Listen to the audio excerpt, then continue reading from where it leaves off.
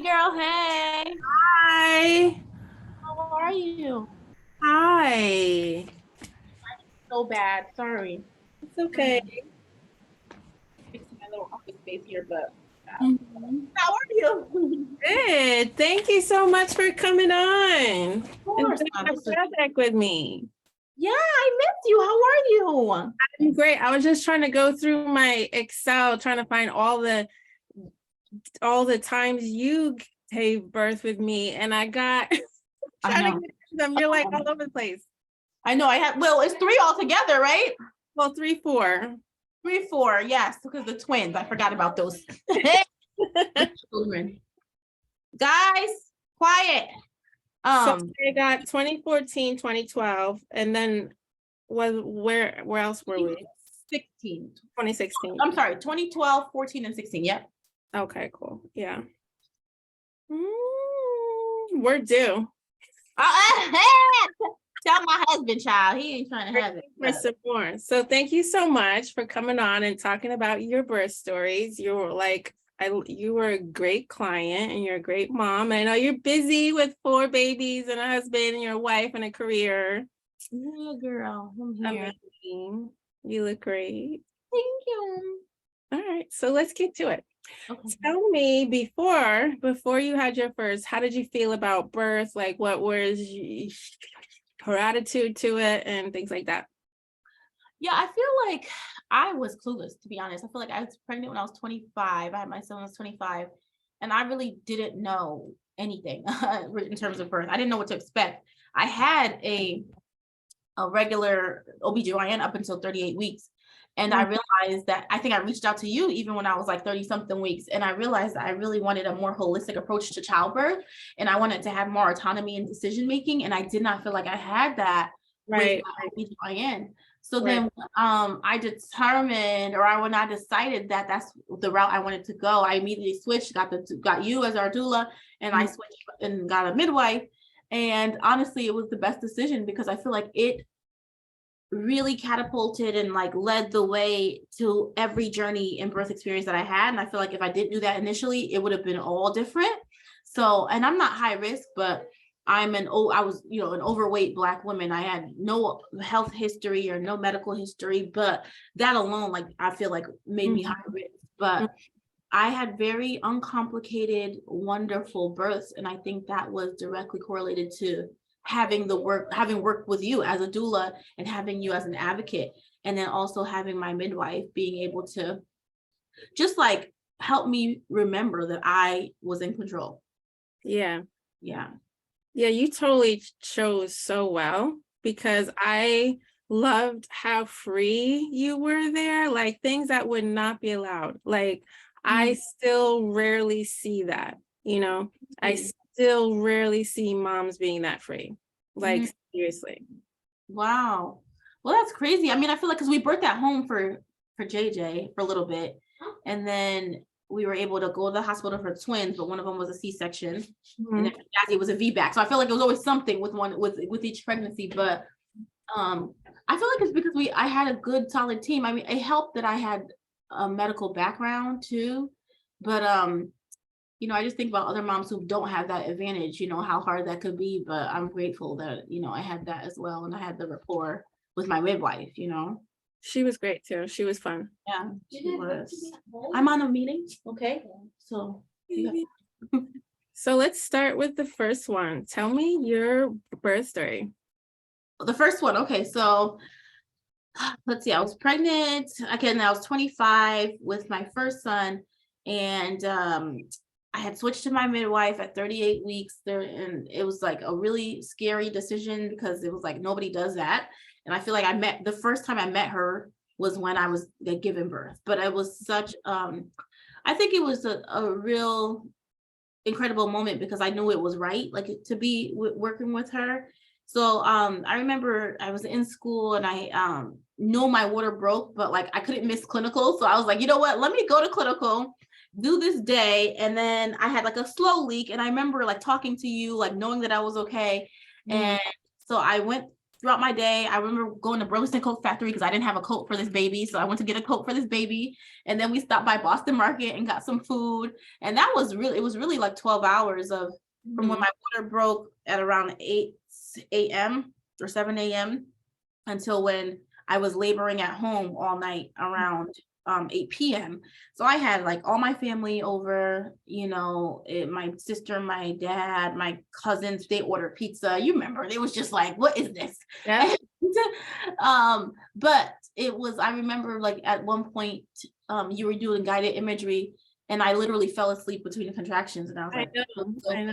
peaceful. So I feel like that was really reassuring for me, knowing that I had the ability to bring life into this world unassisted and know that, unassisted with medicine and still be able to be okay. Like, I had JJ by the time I labored at home for a couple hours and then we went to the hospital. I think I had him at around 6 a.m. So I got to the hospital at 5. So it was only an hour from when I got to the hospital. And then we had him and I wasn't comfortable on my back. I was like, no, I have to have him on all fours. And I remember we were like, yeah, well, let's have him on all fours. And I remember the pain, of course. I remember it very well, but I also felt like, wow, Queen Mother, like I did this, So, and then like just kind of transitioning to be able to nurse him, and we were like the first in the facility to use the birth center, which I think was a mistake because they weren't even trying to use it that soon. But so that experience was amazing in that like I didn't use any interventions, but I remember having music. I remember the exact songs that I had. I remember you remember that My Jesus. I remember that song. I just played that song the other day. I remember those scents that I had in the room. I liked the lavender and frankincense. And I just remember feeling in control. And I think that was what I was worried about, is not being able to be in control. And just feeling supported, and loved. So it was a really great experience. He was only 6 pounds and like, I don't know, 13 ounces. So I didn't tear. I didn't have any complications. We were home like in a couple, 48 hours. And I was like, oh, this is a piece of cake. So when I got pregnant with the twins, it was a no-brainer that I wanted to do a natural birth again. But again, because I feel like I was overweight, that was my only risk factor. They kind of scared me into like, oh, you're gonna need to have a C-section. So I feel like with the twins, I had a very again, uncomplicated pregnancy with them. I ended up having them at I want to say 35 weeks. And when my water broke with them, I was a little bit more urgent because they were twins. So I remember we were living in New York again, and we drove, to I feel like, did we get a cab? I think we got a cab or something for you. But picked me up. Was that I think with the and you had on a pamper? Yeah. I thought it was a joke, but then we got to the hospital. I was like, oh no, she really has a pamper. Yeah, I think that was the twins that we picked you up. Because Jazzy, we had to pick you up twice. Like we came back and forth in the same day. But okay, I'll get to that story. So with the twins, we got there. We were laboring at the hospital most of the time, but still like planning natural. And it was a lot. I just remember it just being a lot. I was exhausted with the twins. So I had Josephine. I was able to have her naturally. She was so little. I remember that putting her on my belly, but I had to have her in the OR. And then I was like knocked out with the propofol, and then they had to take Teresa by C-section. And I woke up to like 2 babies. So, and I still feel like, even though like it was a little bit less controlled in terms of me being able to make the decision on whether or not I wanted a C-section, I felt like it was the right thing to do. And I think, I still felt supported, and it still was an accomplishment to me that I was able to have one of the twins naturally unassisted.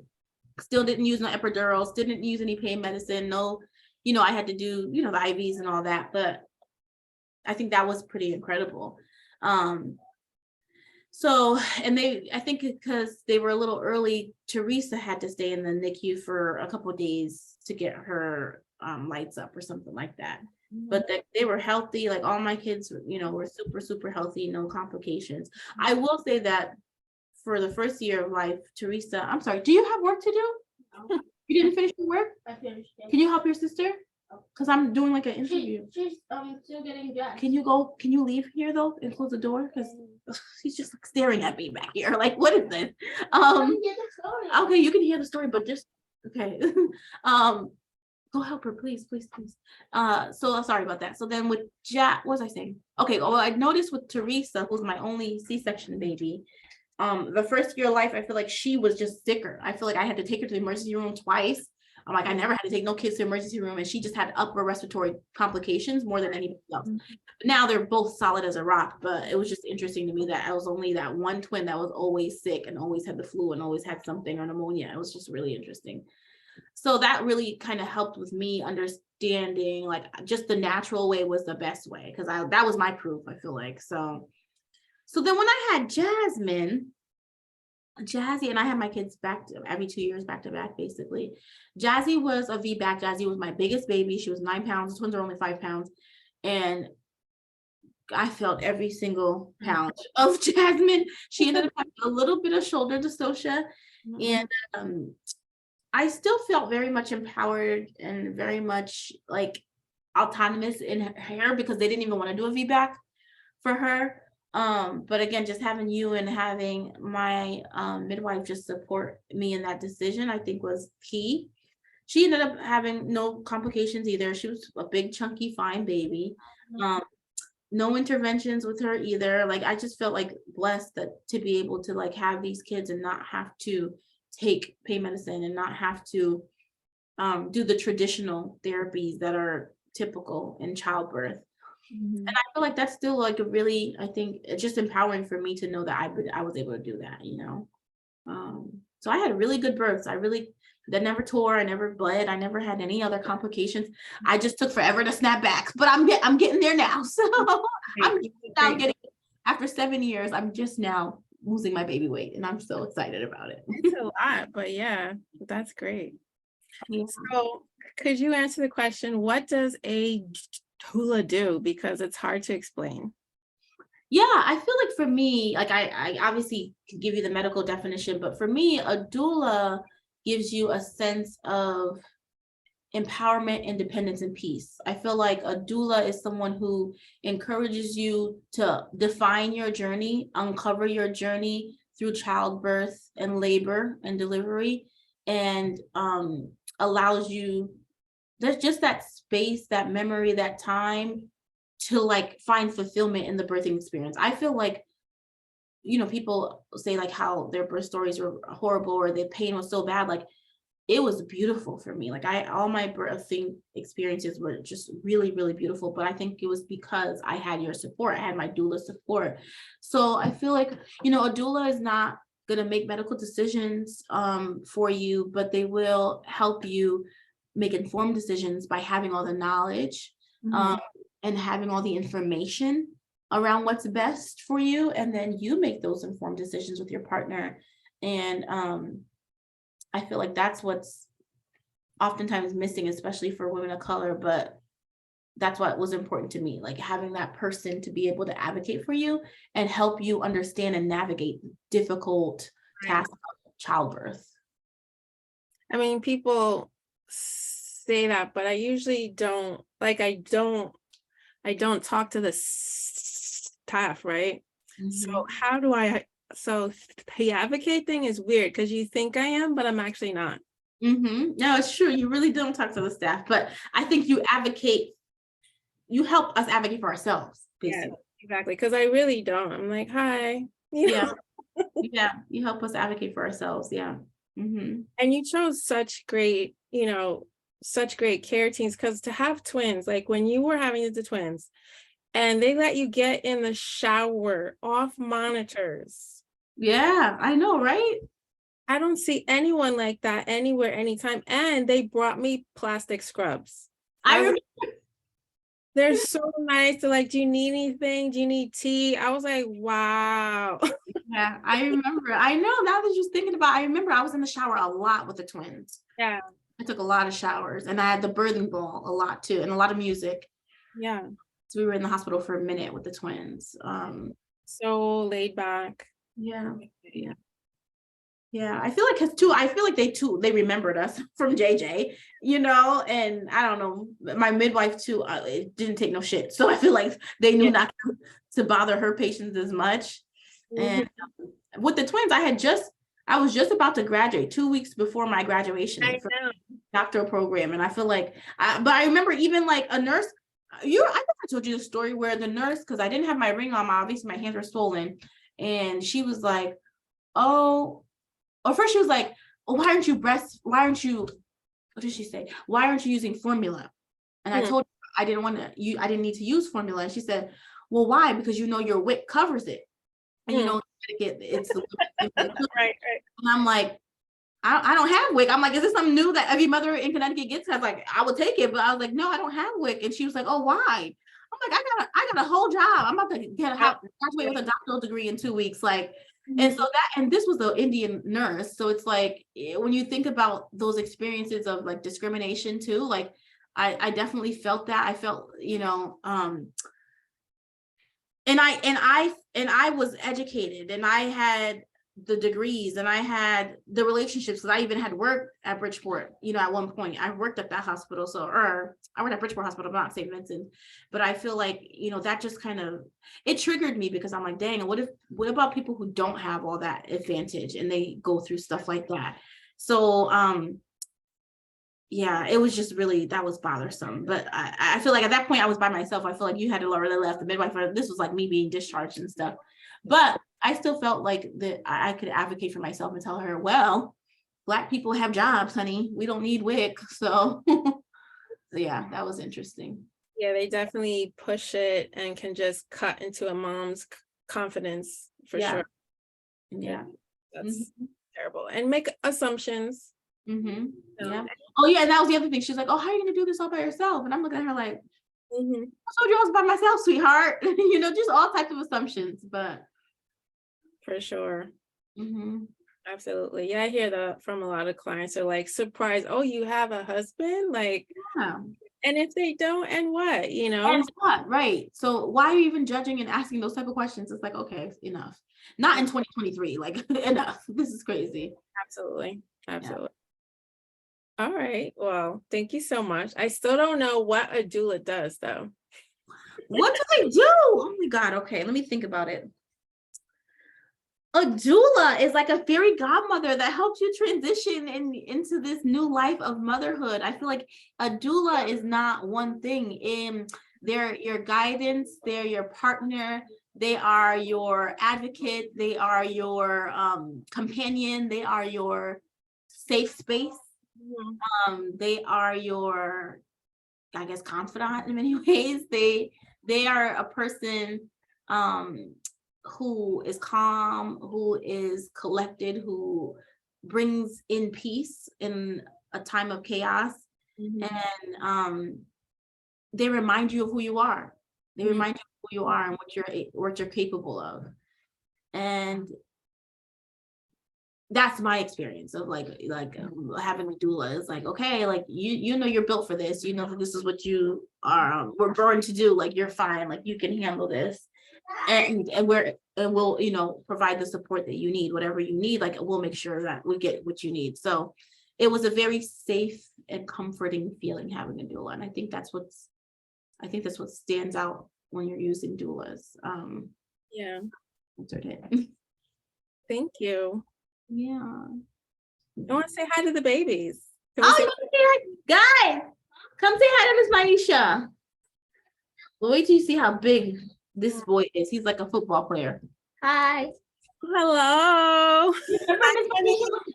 She helped you come into this world. Come say hi. Hi. Hi, sweetie. How are you? He's about to be 11. Wow. 11. Come, Jazzy. Come say hi to Miss Maisha. You remember Miss Maisha? Hi, honey. So Hi. Put your head up so she can see hi. you. Hi, cutie pie. Shower. Say hi to Miss Maisha. Hi. Joe, come say hi. Move over. You're gonna break my thing. Midnight wants to say hi too. He thinks you birthed him too. Oh. Joe. Say hi, Joe. Do you remember? You don't remember her. You was baby. See? No, you cannot. And then look at the dog thinking that you also birthed him. Let's see. And his birthday's on Wednesday, actually. Oh, hi, honey. Say hi, Midnight, to Miss Maisha. Like he's so chocolate. Hi. Hi. Okay. You guys go finish up now. Thank you. Yeah, girl. All these kids and dogs now, honey. I love it. Trying to invite more into it. I don't know where they would go, but Bring it. I'm here for it at one point if it happens. I love it. Love it. I love it. Yeah. Well, thank He's you. doing. What? Doing. What's huh? How are your boys doing? They're probably huge. Oh They're grown. my gosh, what are we doing? They're 22 and 24. Oh my gosh. They're not home, are they? I have one who just came home again, but it's cool. Oh. It's cool, yeah. I love it. I love having grown kids. It's the best. I know. It's so cool. I can't believe it. They're 22. I know, because they were definitely like 12 when we first met. That's Yeah, crazy. yeah. They were babies. Yeah, it's fun. I love adult kids. I love it. I love it. It's hilarious. They pull your card Yeah. Oh, because they know you. yeah. Oh, I They can't. crack you I up. can't wait, but I can't wait. Like I'm like, I feel like too. It's like I want my own little best friend clan. Like when I want to travel with my kids and have a good time, like I want to be able to do that stuff with them too. So I look Yeah. forward to that when we could like hang out together. Sure. We Yeah. do, but then they think her on a date though. And then like, so Yeah. my son can't like flirt with anyone with me. I'm like, that's my son. Go ahead, flirt with him. Oh, that's so cute. Like, that's your mom. Like, yeah. Oh, I know. I can't believe how big they're getting. These kids, all of them, how big they're getting. Get ready for bed, guys. Oh Lord. But thank you, Maisha. This is such a good reminder of like the whole process of bringing in all these crazy lives back here. Yeah, you did an amazing job. And the importance of choosing a great birth location and care provider, like for reals, like that would not have happened at most hospitals. With most care providers would have been in the bed, bag break, come in, be induced, all that stuff. No, it's true. Yeah, I feel like we lucked out too, because I feel like I hear stories to this day of women who don't get that experience, and it's like sad that they're forced to kind of like literally give birth on their back or whatever. Yeah, it's just very controlled. Yeah. Yeah. So I'm grateful. I'm so grateful. Yeah. You're amazing. Thank you so much. I'll see you soon, honey. I hope so. Put it out there. All right, we'll talk soon. Yeah, bye-bye. Bye. Thank you. Bye.